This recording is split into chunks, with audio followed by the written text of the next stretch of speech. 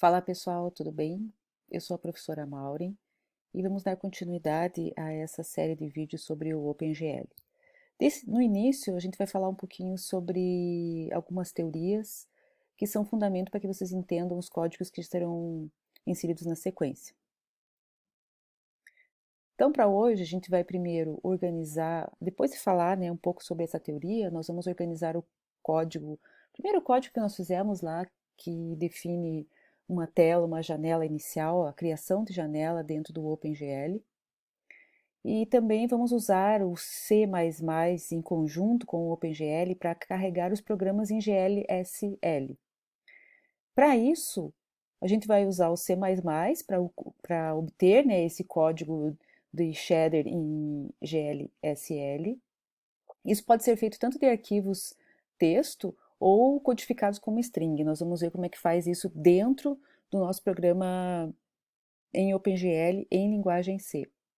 Vamos também criar um OpenGL Shader Object e carregar o código shader GLS dentro dele.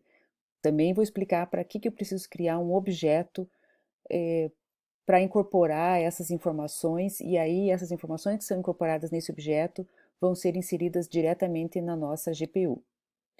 Usar comandos OpenGL para compilar, linkar objetos e instalá-los dentro da GPU. Então é basicamente isso, Eu crio um objeto, linko ele e envio ele para a GPU, porque lá, para que ele possa ser então compilado e executado diretamente dentro da nossa GPU. Como que funciona então uma aplicação baseada em C++ e OpenGL? A maior parte do código ele é escrito em C++. Se você não sabe, não conhece ou nunca trabalhou com C++, não se preocupe, porque cada detalhe a gente vai usar muito pouco do C++, é basicamente a utilização de comandos e códigos voltados para o OpenGL, então o que for necessário de ser escrito em C++, eu vou explicar para vocês. Tarefas relacionadas à renderização 2D e 3D são feitos por chamadas de funções e dos comandos do OpenGL. Para isso, nós temos que utilizar algumas bibliotecas aí auxiliares que a gente já falou em aulas anteriores. Uma delas é o GLIO, OpenGL Station Wrangler, GLM, que é o OpenGL Mathematics. O OpenGL Mathematics, ele nos ajuda então a fazer diversas rotinas com matrizes e vetores, e também vamos conversar sobre isso. E o GLFW, que é o Graphics Library Framework, para mexer e manipular com janelas. Também a gente já trabalhou um pouquinho sobre isso no nosso primeiro exemplo de construção de uma janela.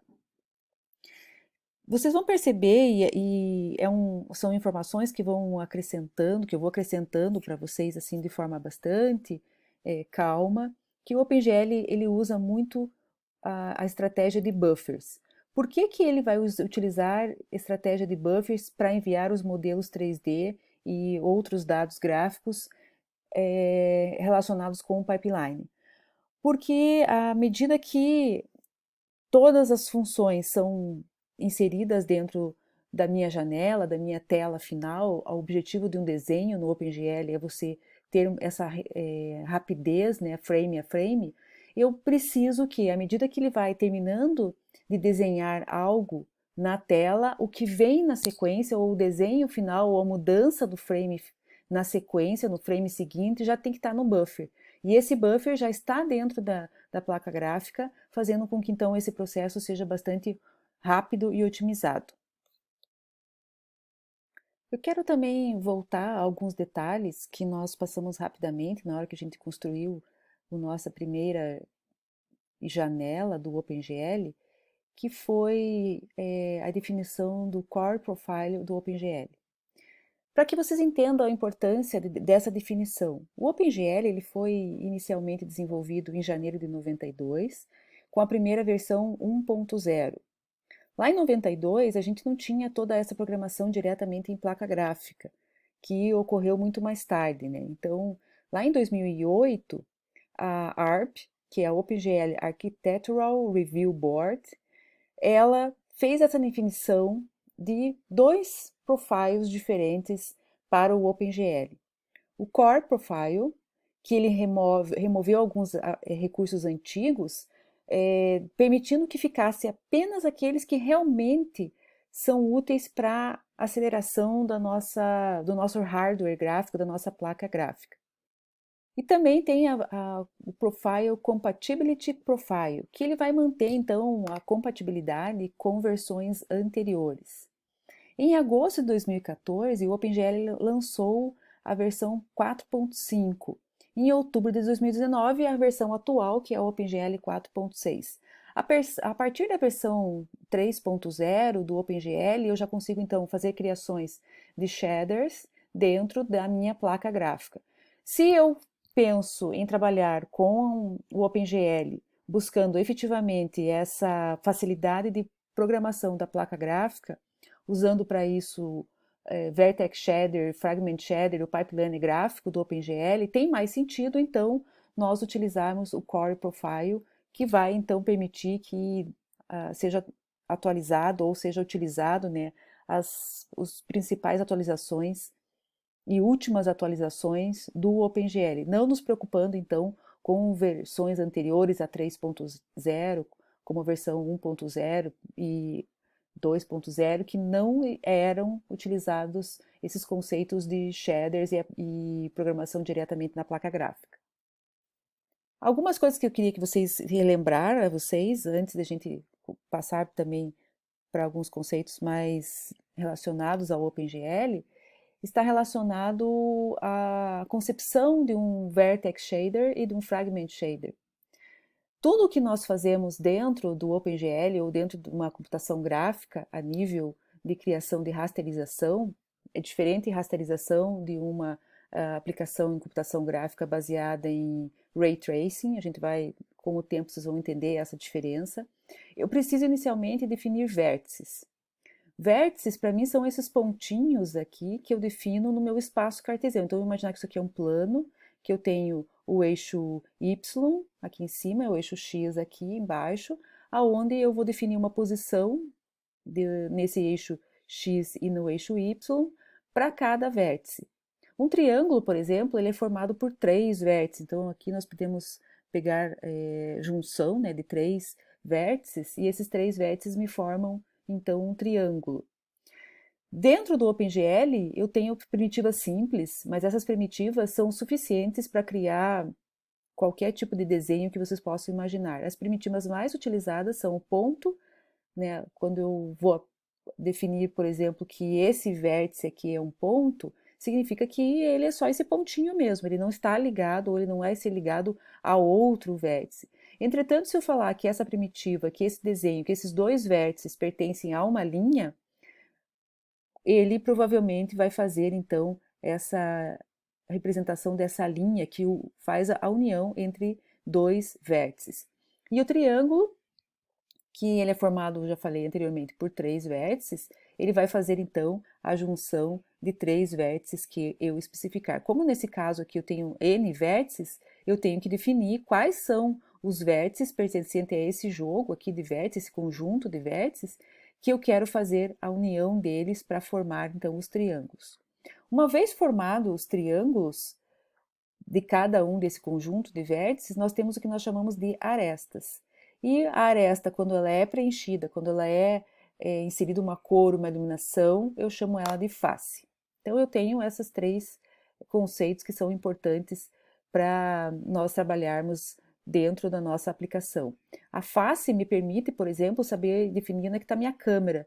Se eu estou visualizando esse objeto na parte da frente dele ou se eu vou visualizar esse objeto na parte de trás do objeto. Então a face me dá essa visão de posicionamento de câmera, de onde está o usuário, que normalmente eu coloco a câmera como na posição em que o usuário se encontra, ou seja, fora da tela, olhando para a tela do computador, e me permite então definir se a face é direita, face esquerda, face frontal, face traseira.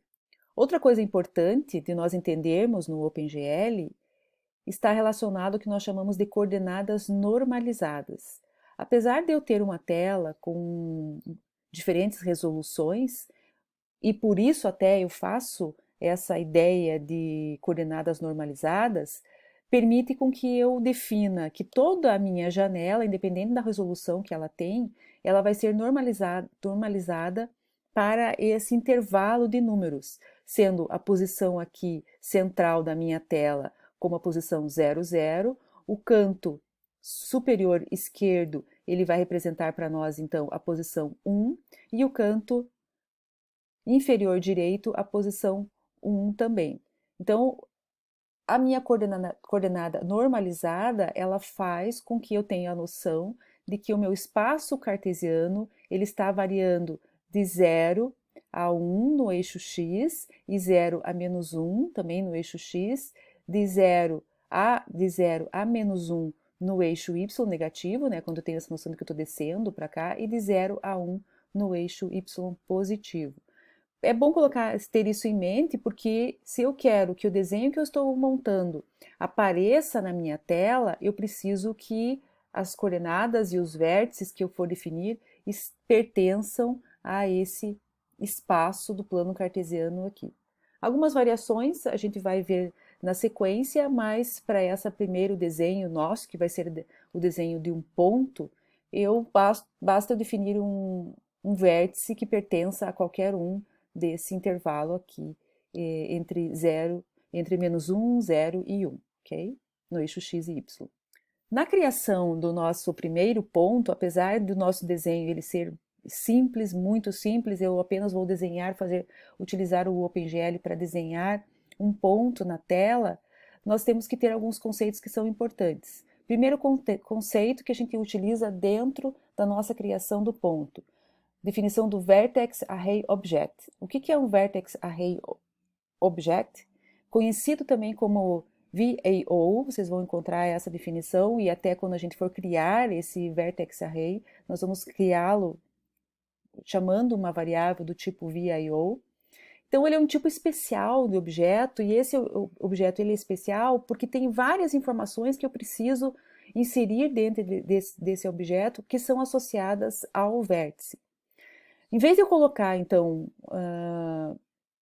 dados reais, ele contém algumas referências. Então, tudo que nós criamos dentro do OpenGL, eu falei para vocês, eles são criados a partir de buffers e espaços de memória, né? Esses espaços de memória são os buffers que eu separo para cada uma das funções que eu estou utilizando, para cada um dos vértices que eu estou utilizando. O que vai acontecer com esse Vertex Array, né? Ele vai conter referências aos buffers do vértice, como o índice, né, qual que é a posição onde se inicia esse vértice, qual que é o primeiro vértice, especificações de layout do próprio vértice, a gente vai entender um pouquinho mais algumas informações sobre layout de vértice, porque um vértice, ele, além de posição, ele pode ter outros atributos, e esses atributos, como que eu referencio o vértice a partir, então, desse Vertex Array Object.